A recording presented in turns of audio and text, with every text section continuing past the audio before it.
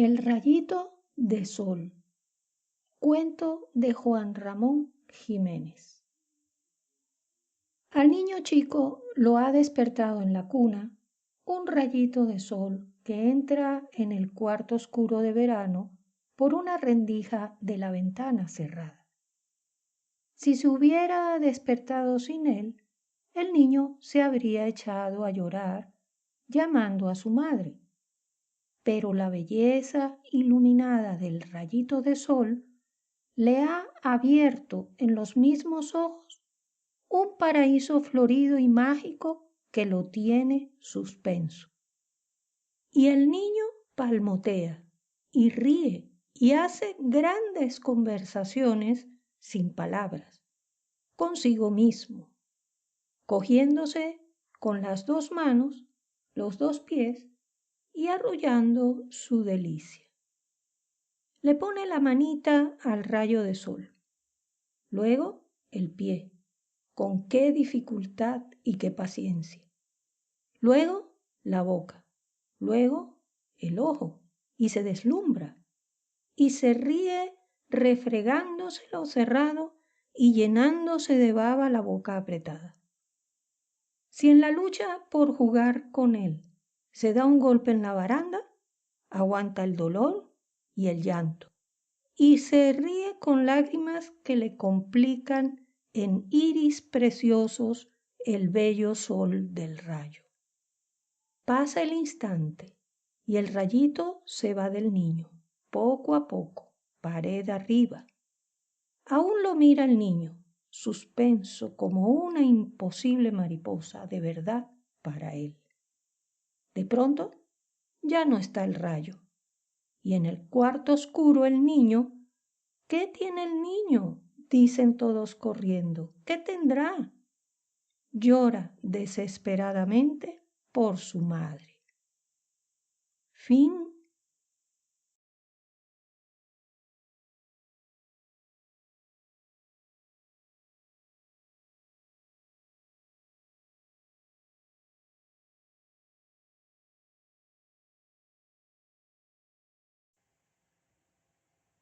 La mirada del pobre. Cuento de Joaquín Ruyra. Aprisa, muy aprisa, subía un día por la Rambla con un amigo. Los dos nos habíamos acalorado, gesticulábamos sin cesar, gritábamos de lo lindo. Nos habíamos enzarzado en una disputa sobre un punto científico. Uno y otro quería llevar razón a todo trance. Creo que llegamos aún al insulto. Yo, dicho sea en honor de la verdad, más de una vez sentí la tentación de acabar la contienda a puñetazo limpio. En lo más vivo de nuestro arrebato, al doblar una esquina, noto que me tiran de la americana. Vuelvo la cara y veo a un pobre cubierto de mugre, harapiento, que me sujetaba fuertemente y me tendía una mano. Bonita ocasión para tenderle. Otro día será, hermano, que Dios le asista. Pero el pobre no me soltaba. Era un mozo de cara atontada, barbilampiño, con el cuello surcado de tumores y la cara abotargada y amarillenta, muy amarilla, de un matiz brillante como la grasa de la gallina. Por amor de Dios, iba diciendo. Váyase con 1000 diablos, exclamé fuera de mí, y de un tirón deshacíme de él.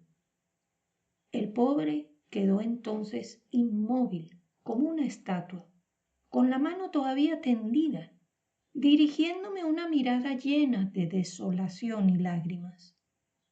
Volví la espalda y continué la discusión con mi amigo, pero ya sin arrestos, sintiendo un peso en el corazón que me quitaba todo prurito de locuacidad. La mirada del pobrecillo permanecía grabada en lo más hondo de mi imaginación, y era la mirada tan dolorosa, tan desamparada. Si el mendigo se hubiese enojado y hubiese prorrumpido en unas desvergüenzas, inmediatamente olvidara yo la escena. Pero nada de eso. El desdichado no manifestó la cólera más leve, ni sus ojos habían expresado la menor reprimenda. Solo revelaron una gran amargura, una larga desolación. Ya en casa, cogí un libro para distraerme y empecé a hojearlo con mano temblorosa. Quise leer algo, pero tan excitado me hallaba que no pude fijar la atención. Experimentaba descontento de mí mismo y ello me daba desazones. De pronto sentí un peso que me ahogaba. Me invadió el rostro un sudor de síncope y grandes manchas negras mariposearon entre mis ojos y las páginas del libro. Entonces, suspirando, levanté la mirada que, dirigida al azar, fue a detenerse en un hermoso Cristo agonizante de gran tamaño que figura en mi estancia. Y entre las manchas negras que flotaban todavía ante mis ojos, la imagen piadosa se me apareció como un hombre de carne y hueso, vivo, palpitante, agobiado por un padecimiento destructor. Creí que sus músculos se encogían dolorosamente, que su pecho se levantaba jadeante, que el aliento estremecía la azulada nariz, los labios amoratados. Un hilo de sangre emanaba de sus manos destrozadas por gruesos clavos, y ellos, más y más, desgarraban las heridas a cada nueva convulsión del cuerpo agonizante. Lo vi todo en un momento y noté a la vez que la imagen me dirigía una mirada prolongada, llena de desolación y lágrimas, la propia mirada del mendigo, del hermano a quien rechacé. Esta alucinación que juzgué providencial acrecentó mi pena. No hallaba reposo en parte alguna. Salí de mi casa y fui en derechura a la calle donde el pobre me detuvo. Necesitaba que me perdonara. Si yo podía socorrerle y borrar con una palabra de amor el daño que le había ocasionado mi brutalidad, mi alma se libraría de una congoja acerba. Pero le busqué en vano. No estaba ya en aquella vía ni en las inmediatas. Pregunté por él. Nadie pudo informarme. Yo fui entonces el menesteroso y me sentí desamparado y triste. Fin.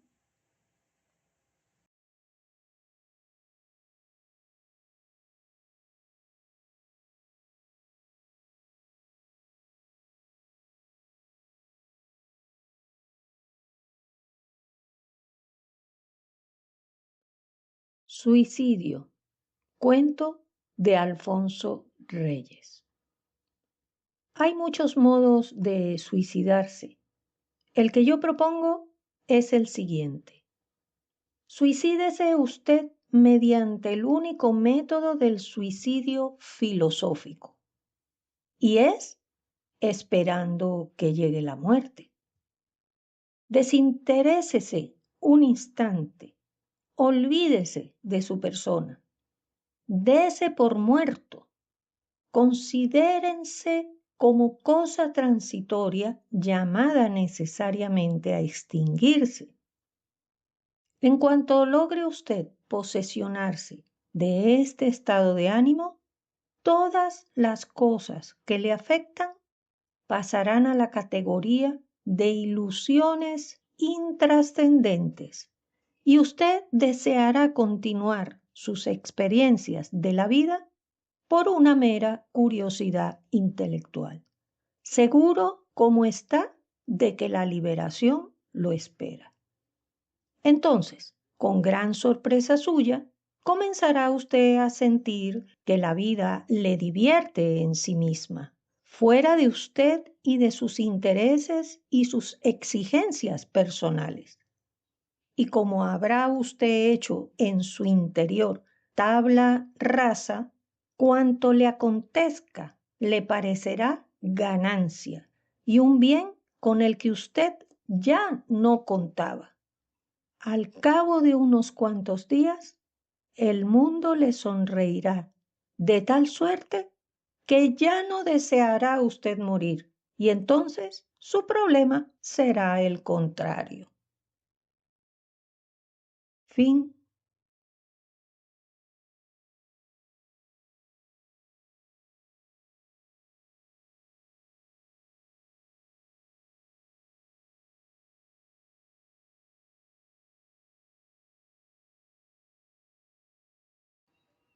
Historia de la señorita Grano de Polvo, bailarina del sol. Cuento de Teresa de la Parra. Era una mañana de fines del mes de abril.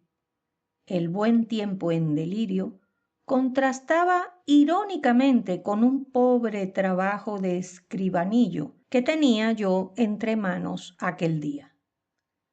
De pronto, como levantara la cabeza, vi a Jimmy, mi muñeco de fieltro, que se balanceaba sentado frente a mí, apoyando la espalda en la columna de la lámpara. La pantalla parecía servirle de parasol.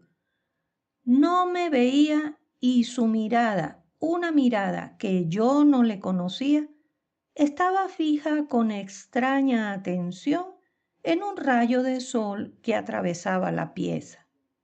¿Qué tienes, querido Jimmy?, le pregunté. ¿En qué piensas? En el pasado, me respondió simplemente sin mirarme, y volvió a sumirse en su contemplación. Y como temiese haberme herido por la brusquedad de la respuesta, no tengo motivos para esconderte nada, replicó, pero por otro lado, nada puedes hacer ay por mí. Y suspiró en forma que se me destrozó el corazón. Tomó cierto tiempo. Dio media vuelta a las dos arandelas de fieltro blanco que rodean sus pupilas negras y que son el alma de su expresión. Pasó ésta al punto de la atención íntima, al ensueño melancólico, y me habló así. Sí, pienso en el pasado. Pienso siempre en el pasado, pero hoy, especialmente, esta primavera tibia e insinuante reanima mi recuerdo.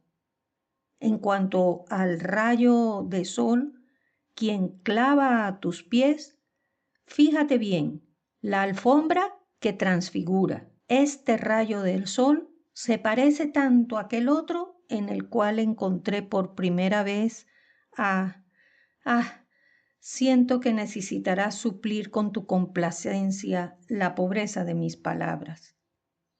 Imagínate la criatura más rubia, más argentinada, más locamente etérea que haya nunca danzado por sobre las miserias de la vida. Apareció y mi ensueño se armonizó al instante con su presencia milagrosa. ¡Qué encanto! Bajaba por el rayo del sol, hollando con su presencia deslumbrante aquel camino de claridad que acababa de recordármela. Suspiros imperceptibles a nuestro burdo tacto animaban a su alrededor un pueblo de seres semejantes a ella, pero sin su gracia soberana ni su atractivo fulminante. Retozaba ella con todos un instante, se enlazaba en sus corros, se escapaba hábil por un intersticio, evitaba de un brinco el torpe abrazo del monstruo, mosquito ebrio y pesado como una fiera, mientras que un balanceo insensible y dulce la iba atrayendo hacia mí. Dios mío, qué linda era. Como rostro no tenía ninguno propiamente hablando. Te diré que en realidad no poseía una forma precisa, pero tomaba del sol con vertiginosa rapidez todos los rostros que yo hubiese podido soñar y que eran precisamente los mismos con que soñaba cuando pensaba en el amor. Su sonrisa, en vez de limitarse a los pliegues de la boca, se extendía por sobre todos sus movimientos. Así aparecía tan pronto rubia como el reflejo de un cobre, tan pronto pálida y gris como la luz del crepúsculo, ya oscura y misteriosa como la noche. Era a la vez suave como el terciopelo, loca como la arena en el viento, pérfida como el ápice de espuma al borde de una ola que se rompe. Era mil y mil cosas más rápido que mis palabras. No lograba seguir su metamorfosis. Quedé larguísimo rato mirándola, invadido por una especie de estupor sagrado. De pronto se me escapó un grito. La bailarina etérea iba a tocar el suelo. Todo mi ser protestó ante la ignominia de semejante encuentro y me precipité. Mi movimiento brusco produjo extrema perturbación en el mundo del rayo del sol y muchos de los geniecillos se lanzaron, creo que por temor, hacia las alturas. Pero mis ojos no perdían de vista a mi amada. Inmóvil, conteniendo la respiración, la espiaba con la mano extendida. ¡Ah, divina alegría! La mayor y la última ya de mi vida. En esa mano extendida había ella caído. Renuncio a detallarte mi estado de espíritu. El corazón me latía en forma tan acelerada que en mi mano temblorosa mi dueña bailaba todavía. Era un vals lento y cadencioso de una coquetería infinita. Señorita Grano de Polvo, le dije. ¿Y cómo sabes mi nombre? Por intuición, le contesté. En fin, el amor. ¿El amor? Exclamó ella. Ah. Y volvió a bailar, pero de un modo impertinente. Me pareció que se reía. No te rías, le reproché. Te quiero de veras, es muy serio. Pero yo no tengo nada de seria, replicó. Soy la señorita Grano de Polvo, bailarina del sol. Sé demasiado que mi alcurnia no es de las más brillantes. Nací en una grieta del piso y nunca he vuelto a ver a mi madre. Cuando me dicen que es una modesta suela de zapato, tengo que creerlo, pero nada me importa, puesto que soy ahora la bailarina del sol. No puedes quererme. Si me quieres, querrás también llevarme contigo. Y entonces, ¿qué será de mí? Prueba. Quita tu mano un instante y ponla fuera del rayo. Le obedecí. ¿Cuál no fue mi decepción cuando en mi mano, reintegrada a la penumbra, contemplé una cosita lamentable e informe, de un gris dudoso, toda ella inerte y achatada? Tenía ganas de llorar. ¿Ya ves?, dijo ella. Está ya hecha la experiencia. Solo vivo para mi arte. Vuelve a ponerme pronto en el rayo del sol. Obedecí. Agradecida, bailó de nuevo un instante en mi mano. ¿De qué cosa es tu mano? Es de fieltro, contesté ingenuamente. Es carrasposa, exclamó. Cuanto más prefiero mi camino aéreo, y trató de volar. Yo no sé qué me invadió, furioso por el insulto, pero además por el temor de perder a mi conquista, jugué mi vida entera en una decisión audaz. Será opaca, pero será mía, pensé. La cogí y la encerré dentro de mi cartera que coloqué sobre mi corazón. Aquí está, desde hace un año, pero la alegría ha huido de mí. Esta hada que escondo no me atrevo ya a mirarla tan distinta, la sé, de aquella visión que despertó mi amor. Y sin embargo, prefiero retenerla así que perderla de un todo al devolverle su libertad. ¿De modo que la tienes todavía en tu cartera?, le pregunté picado de curiosidad. Sí, ¿quieres verla? Sin esperar mi respuesta y porque no podía aguantar más su propio deseo, abrió la cartera y sacó lo que se llamaba la momia de la señorita Grano de Polvo. Hice como si la viera, pero solo por amabilidad, pues en el fondo no veía absolutamente nada. Hubo entre Jimmy y yo un momento de silencio penoso. Si quieres un consejo, le dije al fin, te doy este. Dale la libertad a tu amiga. Aprovecha ese rayo de sol. Aunque no dure más que 2 horas, serán 2 horas de éxtasis. Eso vale más que continuar el martirio en que vives. ¿Lo crees de veras?, interrogó él mirándome con ansiedad. 2 horas. ¡Ah, qué tentaciones siento! Sí, acabemos. Sea. Así, diciendo, sacó de su cartera a la señorita Grano de Polvo y la volvió a colocar en el rayo. Fue una resurrección maravillosa. Saliendo de su misterioso letargo, la bailarinita se lanzó loca, imponderable y como espiritual, idéntica a la descripción entusiasta que me había hecho Jimmy. Comprendí al punto su pasión.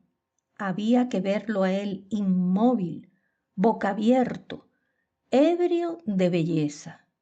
La voluptuosidad amarga del sacrificio se unía a la alegría purísima de la contemplación y, a decir verdad, su rostro parecía más bello que la danza del hada, puesto que estaba iluminado de una nobleza moral extraña a la falaz bailarina.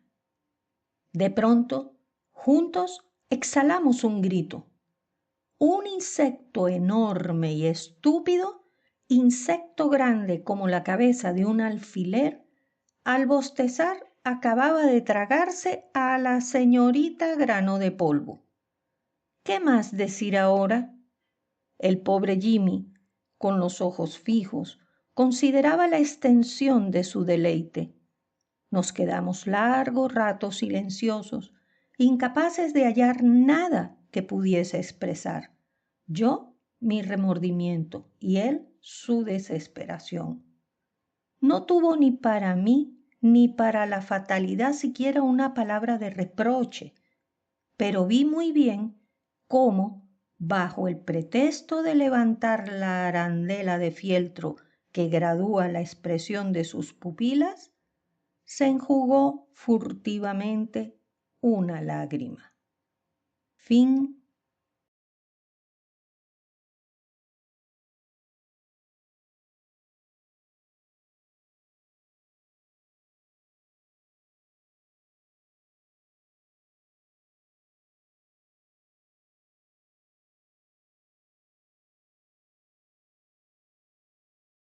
La linterna mágica. Cuento de Manuel A. Alonso.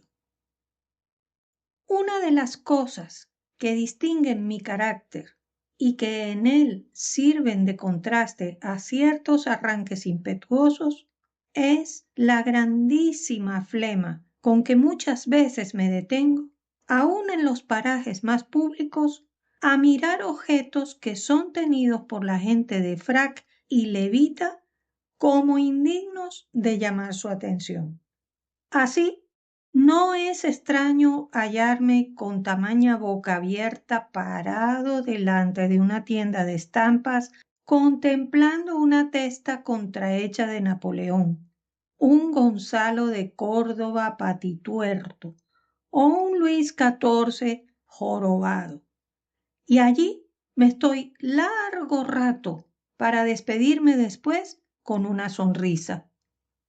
Tampoco es raro el verme detenido en medio de una calle, estorbando, si es menester, a los que pasan, para oír la ensarta de disparates con que un ciego publica el romance nuevo, donde se da razón de la batalla sangrienta de los 12 pares de Francia contra los moros mandados por don Juan de Austria.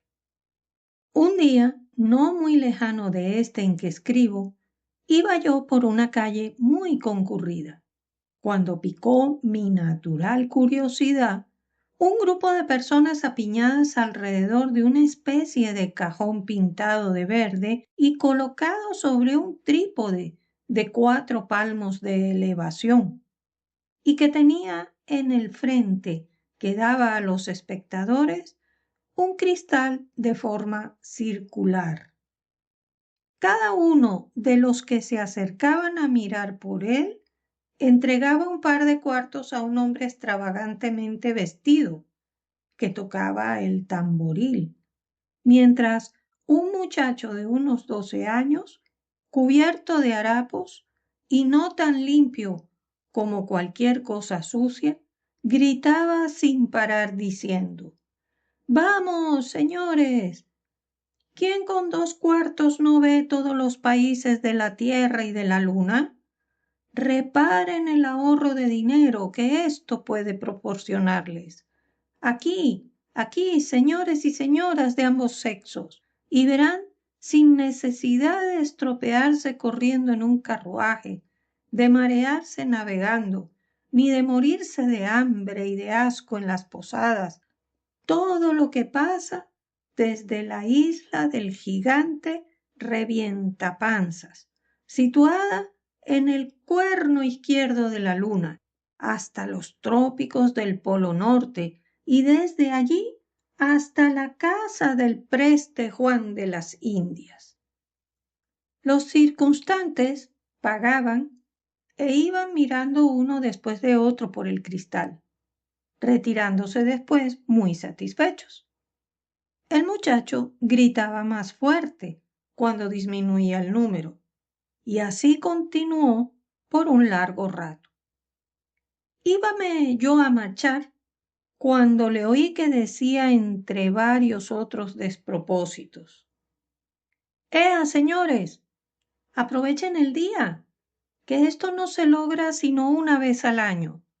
Saquen esos cuartejos que se les están pudriendo en los bolsillos y prevengan otros por esta noche, que el maestro dará una gran función de magia en la calle de los Imposibles, número 30, primera habitación bajando del cielo. Allí verán ustedes cómo se adivina lo que ha de venir y se dice lo que cada prójimo piensa de los demás y los demás de él». Al escuchar esto, me acerqué al que el muchacho llamaba maestro, y que en realidad le convenía este dictado en la ciencia de los embrollos y mentiras. «Oiga usted», le dije, «¿sería usted capaz de alcanzar lo que pensarán de cierta obrita en cierto país que yo sé?» «Sí, señor, y por de pronto digo que esa obrita se titula El Jíbaro y usted es el autor». Quedé pasmado, y él añadió: «No es extraño la turbación de usted. Lo mismo sucede a todos. Pero perdone usted que no puedo entretenerme, y si quiere ver maravillas, no deje de ir esta noche a mi casa». En efecto, llegué a ella de los primeros, y después de aguardar cerca de 2 horas, se corrió una cortina y empezó la función por mi pregunta, que había sido la primera, después de un rato de música de pito y tamboril. «Muchacho», dijo el charlatán, «métete dentro del diablo». Así llamaba una cara disforme, mal pintada en un lienzo blanco, detrás del cual se metió el asqueroso muchacho. «¿Estás ya listo?», Sí, señor, ya estoy dentro. Vamos, pues, dime lo que ves, prosiguió el maestro a guisa de magnetizador. Señor, veo una ciudad en que hay unos cuantos que oyen leer un libro. Los unos ríen, los otros bostezan. ¡Qué bueno es esto!, dicen unos. ¡Qué malísimo!, dicen otros. Cada cual cree conocer mejor que los demás dónde está el mérito y dónde las faltas. Bueno, muchacho, ¿y qué más? Hay uno que dice que el autor es rubio, otro que moreno y otro que negro. Muchacho, sigue, esos son unos tontos. Señor, hay una vieja que dice que es hereje. Chico, deja esa vieja, que después de haber dado, como se dice, la carne al diablo, quiere dar ahora los huesos a Dios. Hay dos guapos mozos que en cada personaje ven un retrato de una persona que conocen. Pues dale un coscorrón a cada uno de esos guapos mozos, para que aprendan a ver la falta y no el culpable, y para que sean más nobles y no crean tan bajo al autor. Señor, veo a dos que están a punto de desafiarse, porque el uno dice que el autor es frío y el otro que demasiado caliente. Déjalos que se rompan las narices, que los dos piden peras al olmo. Habló después el muchacho de infinidad de tipos, que no dejaron de servirme de diversión. Poetas que jamás han escrito un verso, literatos que Dios nos asista, críticos ignorantes que hallaban un defecto en el perfil de cada letra, y amigos desconsiderados que todo lo aplaudían. Finalmente dijo: ahora alcanzo a ver unos señores muy comedidos que discuten sin enfadarse y que hacen con mucha calma sus observaciones. Pues sal de dentro del diablo, para que no digas algún despropósito contra esos señores, que deben ser hombres de talento.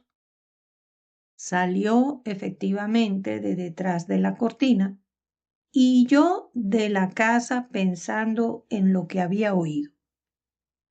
Al día siguiente fui a buscar al charlatán para que me dijera cómo supo todo aquello de ser yo el autor de El Jíbaro. Muy sencillamente, me respondió. Días pasados estuve donde imprimen la obrita. Allí le vi a usted y hasta leí una prueba vieja que me dio uno de los cajistas, que es amigo mío. En cuanto a la opinión que de ella formarán, eso es cosa olvidada ya, y poco más o menos de todas se forma la misma, según el caletre de cada uno de los que la leen. Dichoso yo, exclamé cuando me vi lejos de aquella buena pieza. Dichoso yo que no seré juzgado según me ha predicho ese Perillán, porque en Puerto Rico ni hay quien me crea de ninguno de los colores del iris, ni viejas que me tengan por hereje, ni guapos mozos que me consideren capaz de copiar a un individuo determinado para hacer públicos sus defectos, ni majaderos que me crean frío ni caliente, sino personas instruidas y juiciosas, que me tienen por templado, cual conviene al escritor de costumbres, y ajeno a toda pasión mezquina, y lo que es más, ni siquiera tengo un enemigo, y carezco de envidiosos émulos, porque carezco también del mérito que pudiera acarreármelos. Dichoso yo, que estoy cierto de que al concluir de leer este libro dirán mis paisanos lo que yo dije al comenzarle. Es el fruto de muchas horas robadas al sueño y al descanso de una profesión noble y santa a que se dedica. Fin.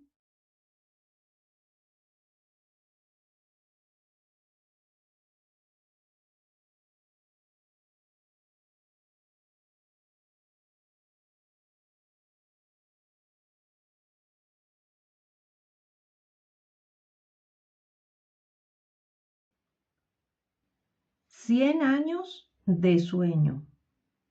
Cuento de Amado Nervo. Yo no sé si es por el estado de sobreexcitación, de hiperestesia en que vive la humanidad, en fuerza de esta terrible y perpetua vibración de la vida moderna, por lo que las dolencias nerviosas son cada día más frecuentes. O si por el contrario, lo han sido siempre, y solo la falta de observación o de estadística apropiada las hace aparecer ahora numerosas. Pero, sin duda, uno de los casos que sí pueden reputarse como de todos los días en nuestra época es el de los sueños prolongados. Los que hojeamos a diario la prensa estamos ya acostumbrados a tropezar con los dormidos en cada gacetilla. No hay casi pueblo del mundo, por pequeño que sea, que no se permita el lujo de un dormido o una dormida. El que menos cuenta con un dormido de 12 meses. Y es frecuentísimo que se trate de letargos de 8 y 10 años. Los de 20 y 30 son relativamente raros, pero van siéndolo menos cada día. No creo que tarde mucho en darse el caso de la bella durmiente del bosque. 100 años de sueño, ¿qué son en suma? Siempre un relámpago junto a la inconmensurable y quieta eternidad. Parece como que las hadas de los cuentos de Perrault se llaman en la actualidad afecciones nerviosas.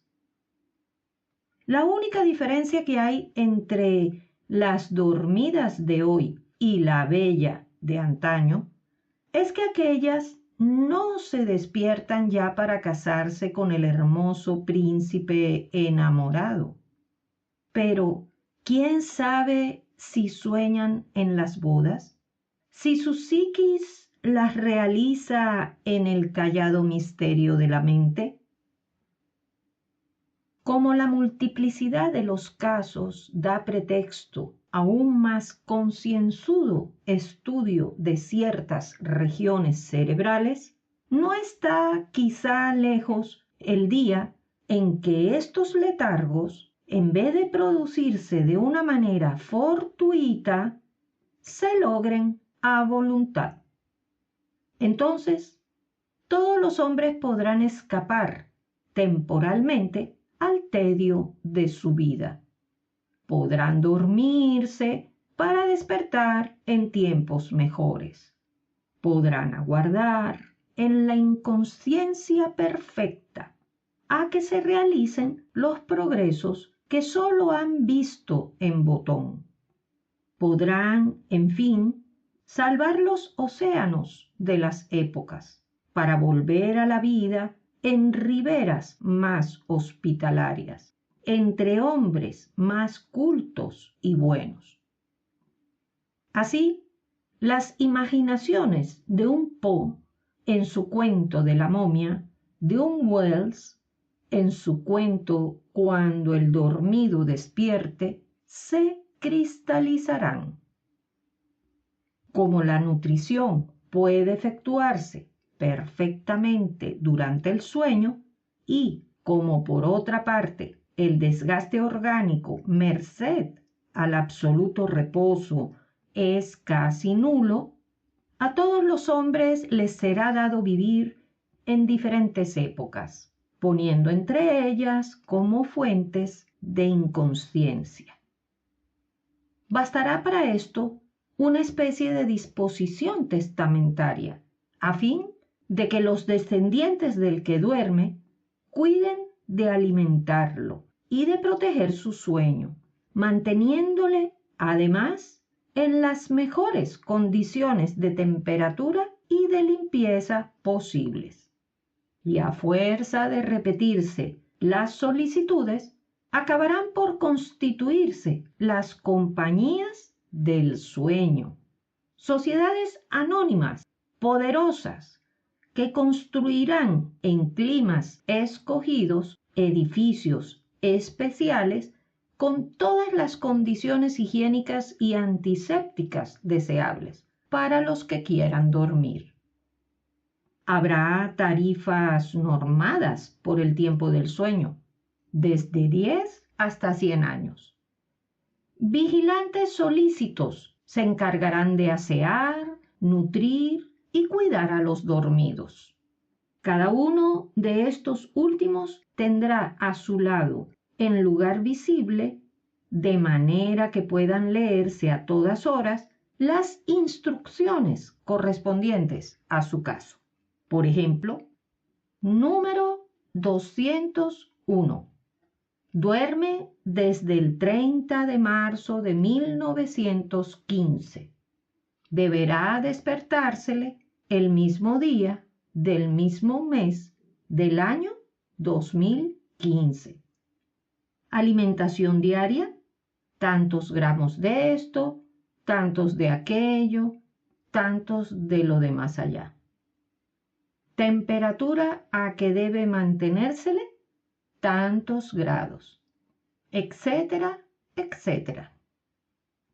Los dormitorios serán probablemente de cristal, como los de las couveuse d'enfants. Los lechos niquelados, como los de las clínicas. Un tapiz espeso impedirá el menor ruido de pasos.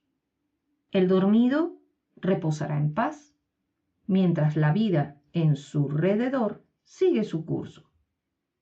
Un paréntesis invisible los separará de las diarias perspectivas mundanales, en tanto que su psiquis, manumisa, vuela a través de quién sabe qué esferas de luz. Casi ni latirán sus pulsos, ni se moverá su corazón. Una suave palidez dará a su rostro aspecto marfileño.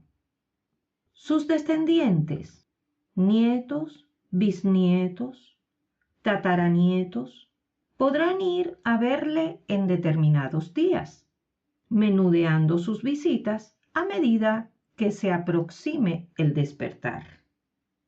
¿Cuántas curiosidades aletearán en torno de aquella gran urna de vidrio? ¿Qué va a decirles el antepasado cuando despierte? ¿Qué capítulos de historia vivida va a relatarles en las futuras veladas? Sentado en sus rodillas, al más pequeño de sus tataranietos, le dirá: hace 100 años, los hombres vestían de esta manera, hablaban estos idiomas, hacían estas cosas. Yo vi, surcando el aire, los primeros aeroplanos y dirigibles. Yo asistí a las primeras asambleas esperantistas, cuando apenas nos atrevíamos a soñar en una lengua universal.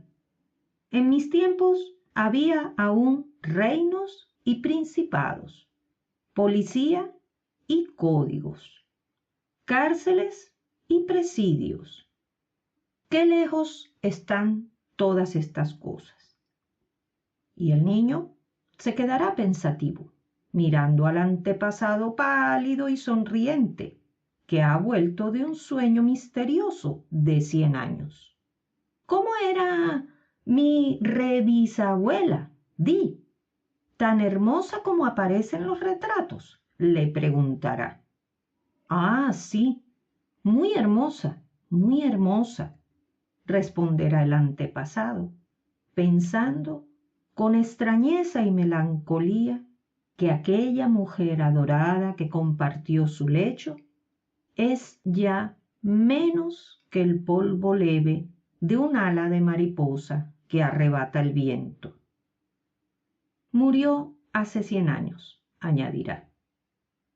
Y yo, incapaz de soportar mi pena, preferí dormir. Dormir. Ahora me percato de que solo he aplazado mi angustia. Un largo siglo la aplacé, en vano, pues hoy viene del fondo oscuro de ese siglo a atormentarme. Y cuando el hombre que ha dormido salga a la calle, ¡qué deslumbramiento! De su época quedarán apenas algunas catedrales, resonantes aún de las viejas plegarias testarudas de la humanidad. Algunos palacios, museos, todo lo demás habrá desaparecido. Las casas tendrán otra forma. Las calles se moverán como anchas cintas fantásticas, simplificando el tráfico. Una ciudad subterránea de trabajo y de lucha, a la luz de los focos, completará a la otra, a la que, llena de mármoles y de oro, estremecida de músicas y de risas, florecerá allá arriba en la gloria dorada del viejo sol. Y el hombre aquel, nostálgico de su tiempo, triste de mirarse aislado, con la sensación de una infinita soledad en el alma, objeto sólo de la curiosidad para los nietos de sus nietos, entre los cuales se sentirá como extraño, indiferente a los formidables progresos de la especie que antes deseaba ver y presentía con ansia, incapaz, en fin, de amar, porque está aún enamorado de su muerta. Querrá dormir de nuevo, pero en esta vez no ya en su urna de cristal, de donde manos solícitas habrían de despertarle en lo futuro, sino dormir para siempre y volverse polvo y sombra impalpable, como aquella a quien amó, y cuya alma tal vez le espera hace más de 100 años, al borde de lo desconocido, preguntándose con sorpresa, ¿por qué tarda? ¿Por qué tarda tanto en llegar? Fin.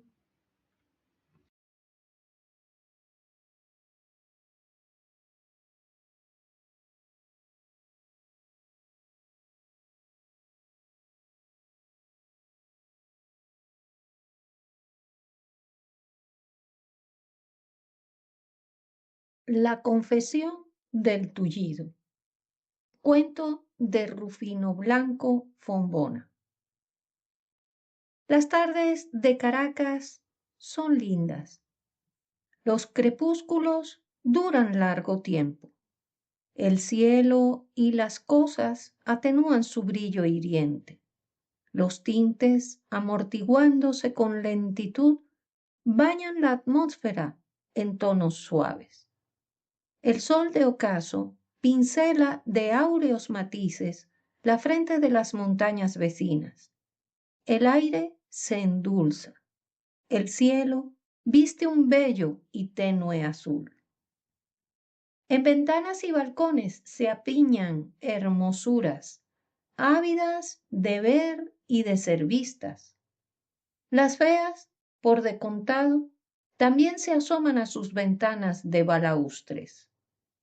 Por entre las rejas salen volando, a veces, ráfagas de música.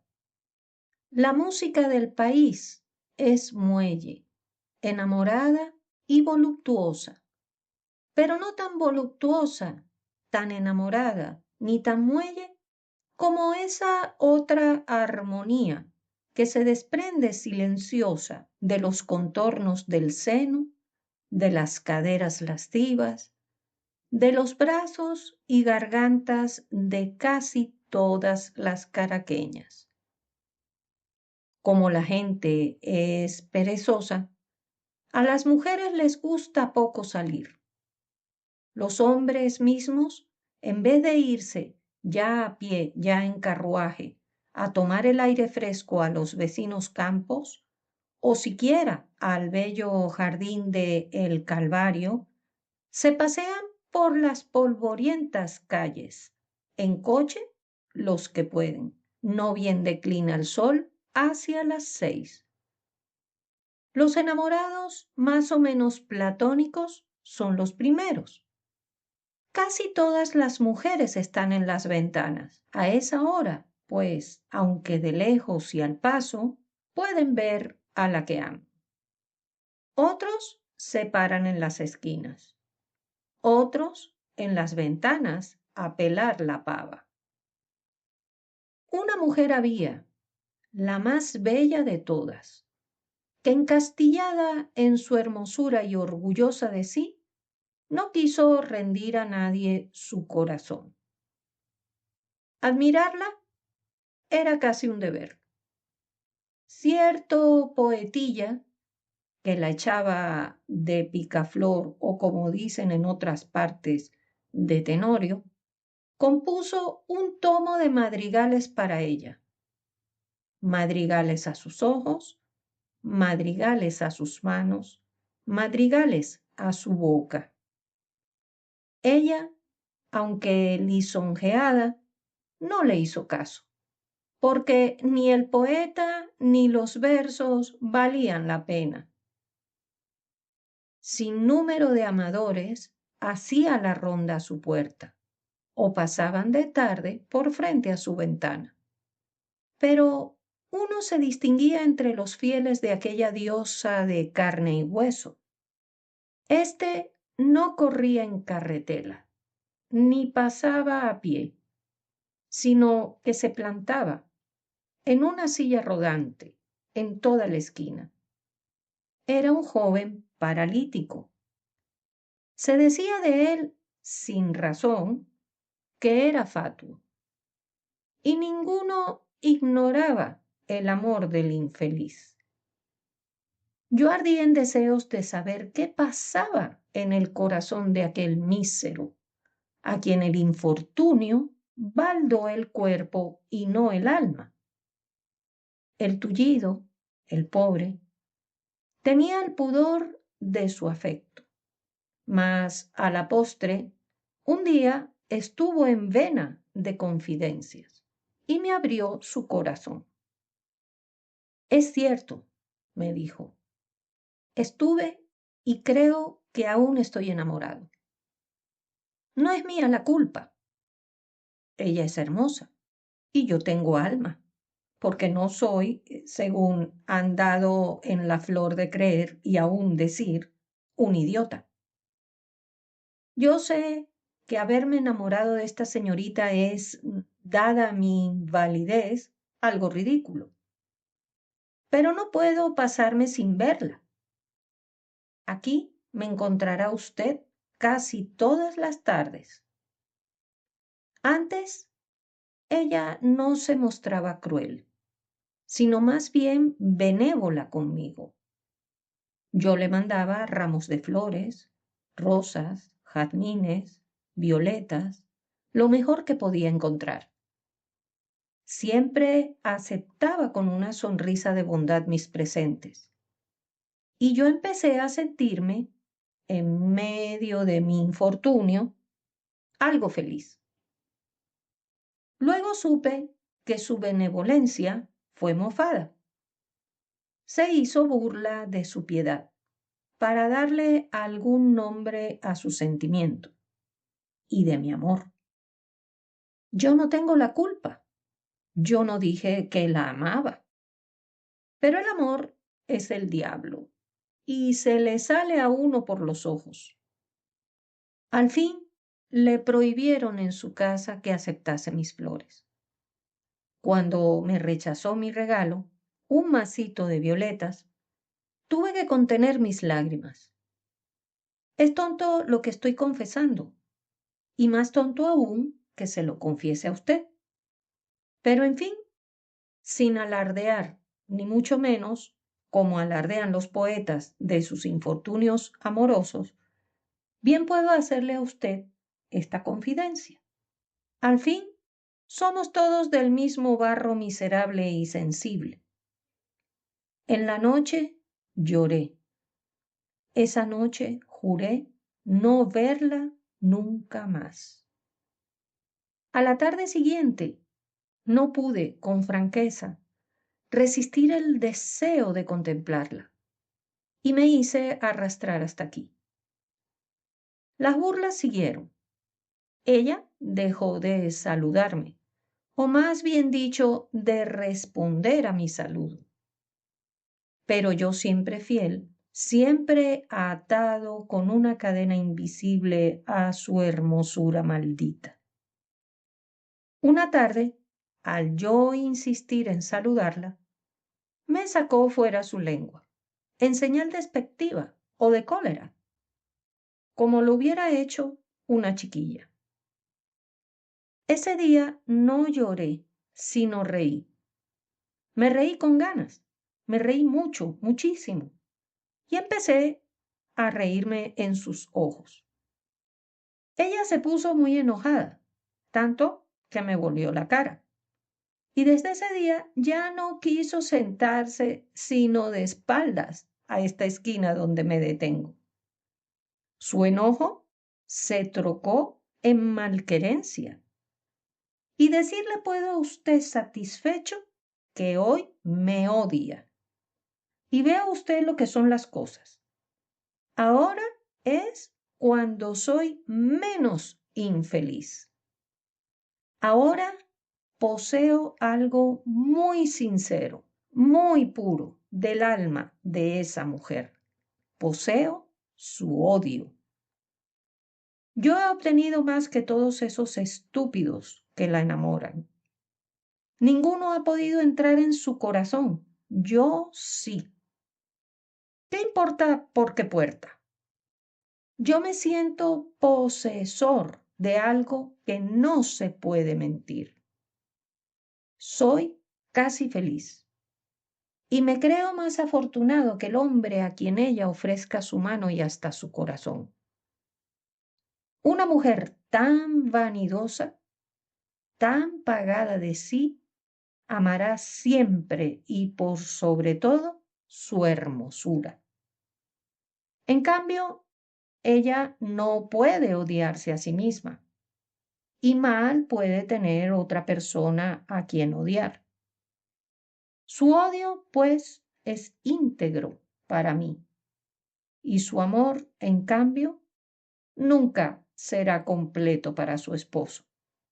Tengo la mitad de su alma, por lo menos ahora. ¿Quién pudiera decir otro tanto? Usted me verá todas las tardes aquí mirándole por detrás las orejas, casi contento. La fisonomía del paralítico se iluminaba. Hasta sus piernas de perlático parecían animarse. Al fin lo dejé y me fui calle arriba, taciturno, todavía con algo del vértigo que me produjo el fondo de aquella alma, a la cual quiso asomarse mi curiosidad. Fin.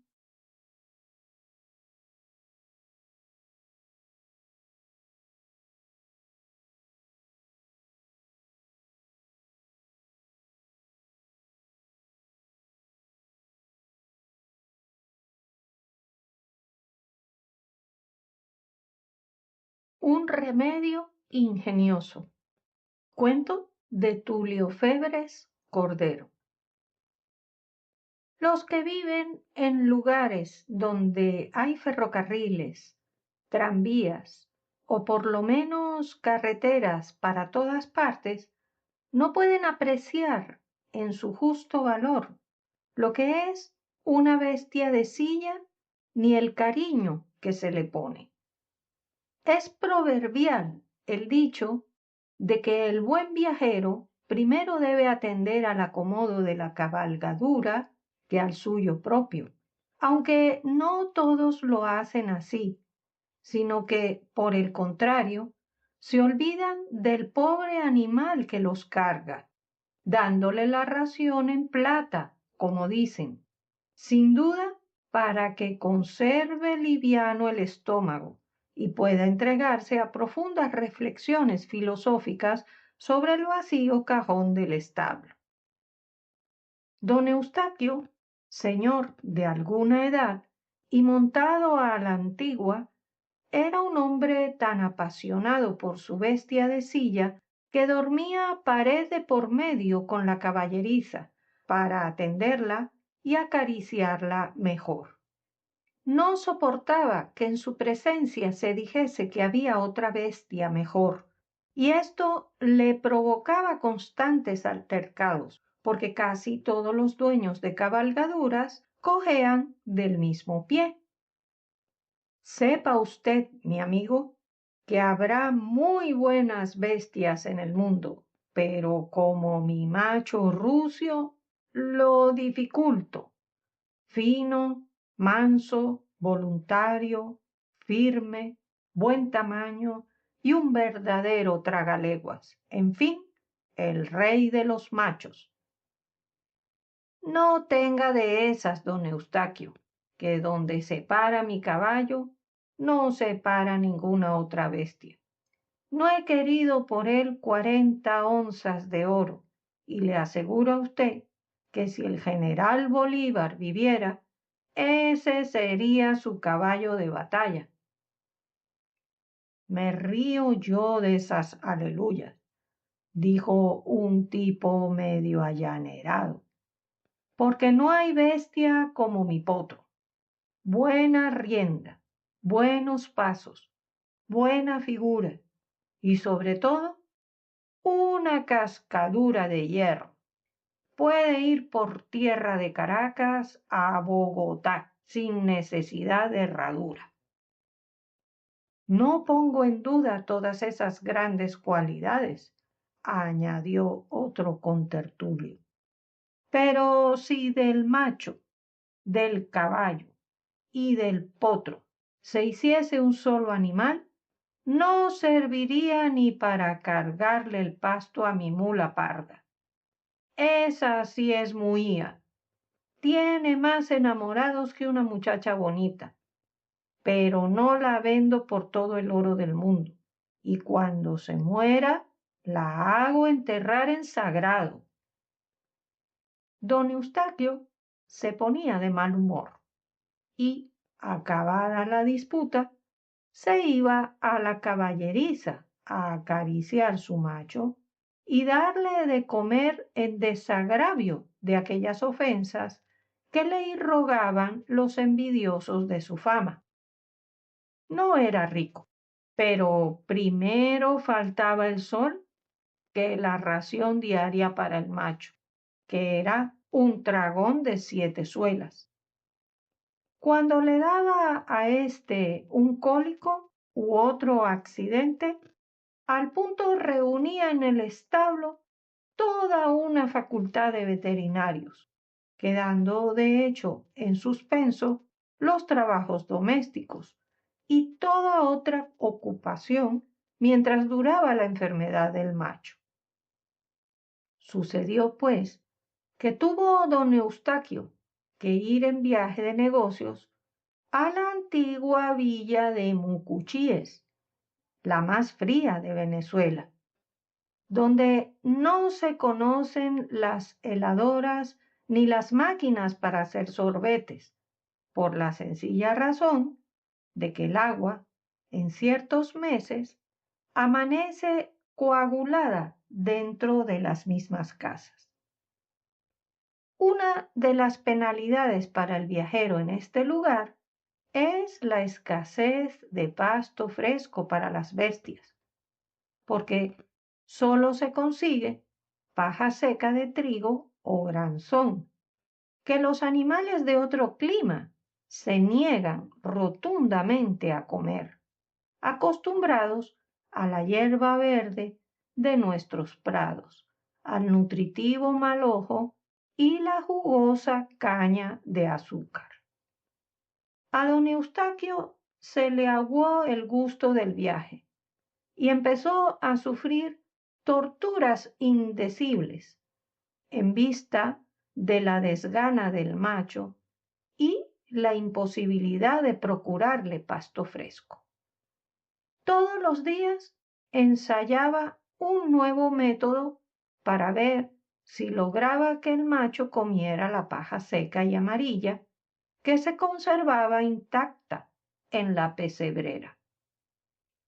Mójesela con agua de harina, le dijo un acomedido. Salpíquela con sal molida, le aconsejó otro. Remójesela con agua de papelón y verá cómo la pasa. Tal fue el último consejo que le dieron, pero al macho no le entraba la paja seca ni más que se la adorasen, en términos que ya don Eustaquio estaba por dejar el negocio, su utilidad y cuantos intereses pudiera tener en Mucuchíes, para volverse a Mérida, de donde era vecino, y devolver a su idolatrado macho la buena gana de comer, brindándole cuanto pasto verde y gustoso producen los fertilísimos campos del Chama y Albarregas. Hallábase a la sazón en la misma casa donde vivía don Eustaquio, un estudiante de la Universidad de Mérida, que estaba allí de temporada.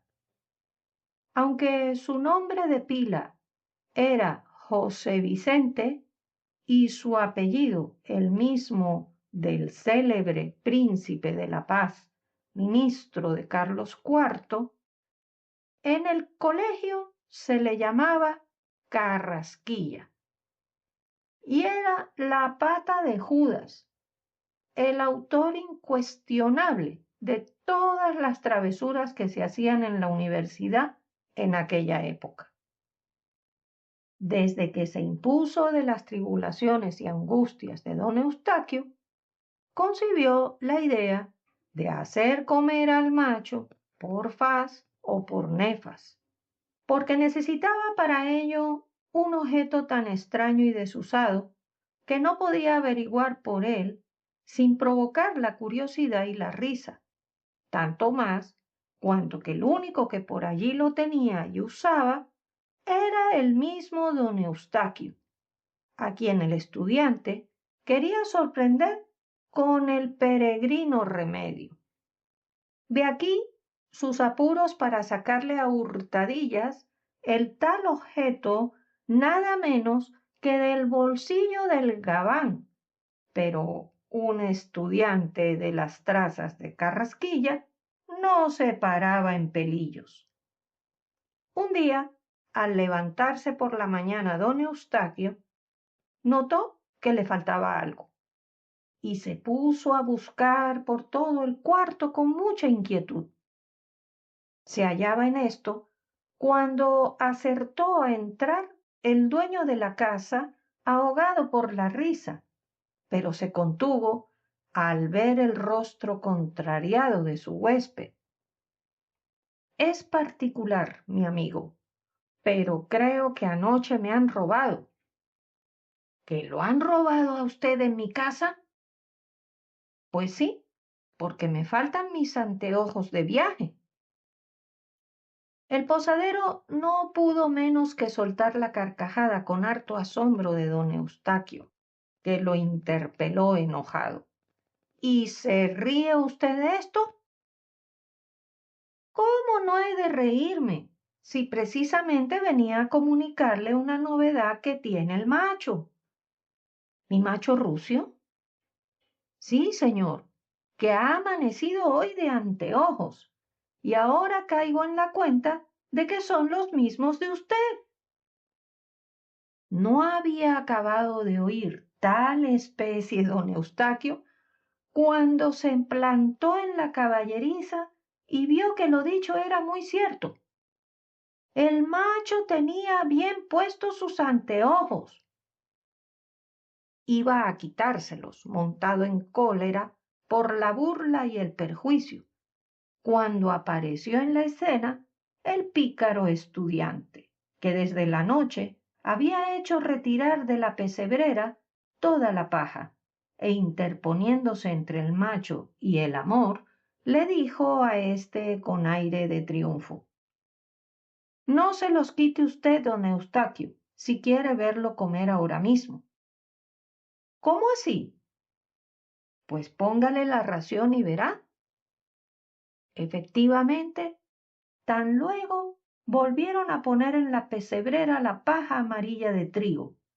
El macho dio un sonoro resoplido de contento y empezó a devorarla con un hambre atrasada de más de 3 días. Pero esto es un prodigio, exclamó don Eustaquio. Prodigios de la óptica, le contestó el estudiante. ¿No observa usted que los anteojos son verdes y que al través de ello el macho ve verde la paja seca? Con que mi amigo don Eustaquio mándese a hacer unos anteojos de estira y encoge para que le sirvan a usted en el camino y al macho en las posadas. Y le respondo que comerá hasta paja de colchón, tomándola por mal ojo tierno. Y, lector, si dijeres ser comento, como me lo contaron, te lo cuento. Fin.